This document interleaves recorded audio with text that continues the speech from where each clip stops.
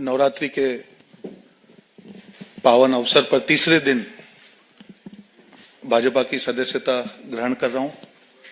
गौरवान्वित हूं और एक युवा होने के नाते जो मोदी जी का विजन 2047, नड्डा जी, अमित शाह जी और पूरा बीजेपी परिवार, जो विजन उनका जो सपना है देश के लिए, एक भारतीय नागरिक होने के नाते कहीं ना कहीं दिल में हुआ कि हमको भी इसमें अपना योगदान देना चाहिए और किसी भी प्रकार की अपेक्षा के बिना सिर्फ देश के लिए कुछ करने की भावना है दिल में। उस नाते आज यहाँ पे मैं ज्वाइन हुआ हूँ और विश्वास दिलाता हूँ हमेशा ईमानदारी से 15 साल तक जो भी जहां पे मैं था, जो काम मुझे दिया गया, दिल से काम किया, कहीं दिमाग नहीं लगाया।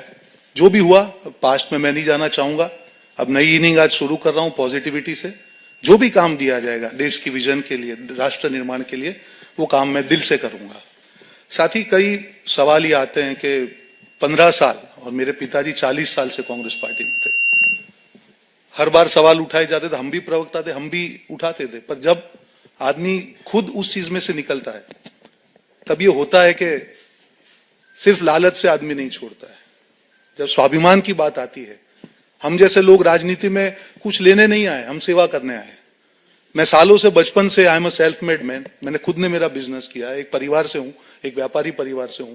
कभी किसी की हिम्मत नहीं है कि कह जाए कि चवन्नी भी पॉलिटिक्स से, कभी हमने वो अपेक्षा नहीं रखी कि कुछ न कुछ देना है, पार्टी को कुछ देना है। और 40 साल से मेरे पिताजी हो या 15 साल से मैं हूं, ये सब लोग जानते हैं, जो भी हमारे करीबी हैं, कुछ अपेक्षा के बिना पार्टी में दिल से काम किया।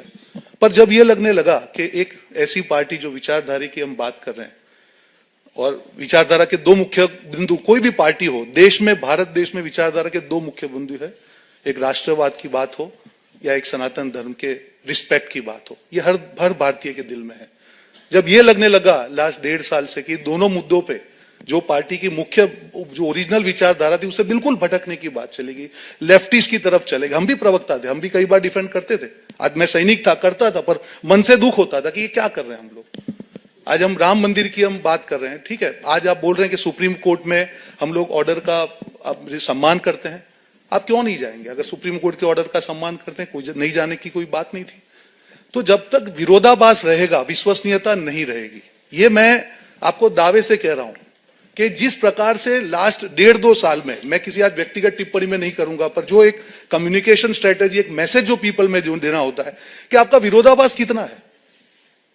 जो हमारे एक हैं, जो थे कम्युनिटी, जिनके नाम में राम है, वो सनातन के जब अपमान हो रहा था तो हमको ये कहा गया कि आप चुप रहिए। देश के नाम का एक गठबंधन बनाया गया, पर उसमें देश विरोधी ताकतों को जोड़ा गया। जिस केजरीवाल जी को कांग्रेस पार्टी ने आज खालिस्तान के साथ जुड़े होने के आक्षेप किए, वो चुनाव का पूरा में इंचार्ज था पंजाब में। आज ऐसी क्या मजबूरी है कि आप उनके लिए लड़ रहे हैं, उनके भ्रष्टाचार के लिए?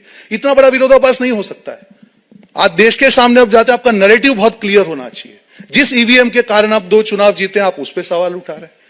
और ऐसे कितने विरोधाभास है, मैं आपको बोले उतने विरोधाभास नाम करने को तैयार हो। हर जगह पे आपकी जो पॉलिसी है, आप लेफ्ट पार्टी के साथ जुड़ रहे हैं, वो देश के खिलाफ है। कौन सी बात कर रहे हैं भाई साहब?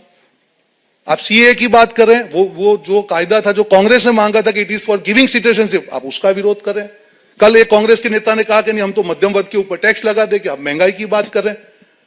सो ऐसे इतने एग्जाम्पल के जब तक आपका हर चीज में विरोधाभास रहेगा, कैसे देश आप पे भरोसा करेगा? और आप आपकी गाड़ी पीछे के मिरर में देख के नहीं चला सकते हैं, आपको फ्रंट देखना पड़ेगा। कौन सा विजन है? आज जब मोदी जी बात करके 2047 में हाइड्रोजन मिशन की बात करें, वंदे भारत की बात करें, इंफ्रास्ट्रक्चर की बात करें, सोलर एनर्जी की हम बात कर रहे हैं, बुलेट ट्रेन की बात कर रहे हैं, कौन सा विजन? मैं भी युवा हूं, मैं यहां पे राजनीति में कुछ देने के लिए आया हूं। अगर विजन ही नहीं होगा, ऐसे व्यक्ति जिन्होंने कभी एक चुनाव नहीं लड़ा, अगर वो पार्टी का विजन तय करेंगे तो यह हाल होगा।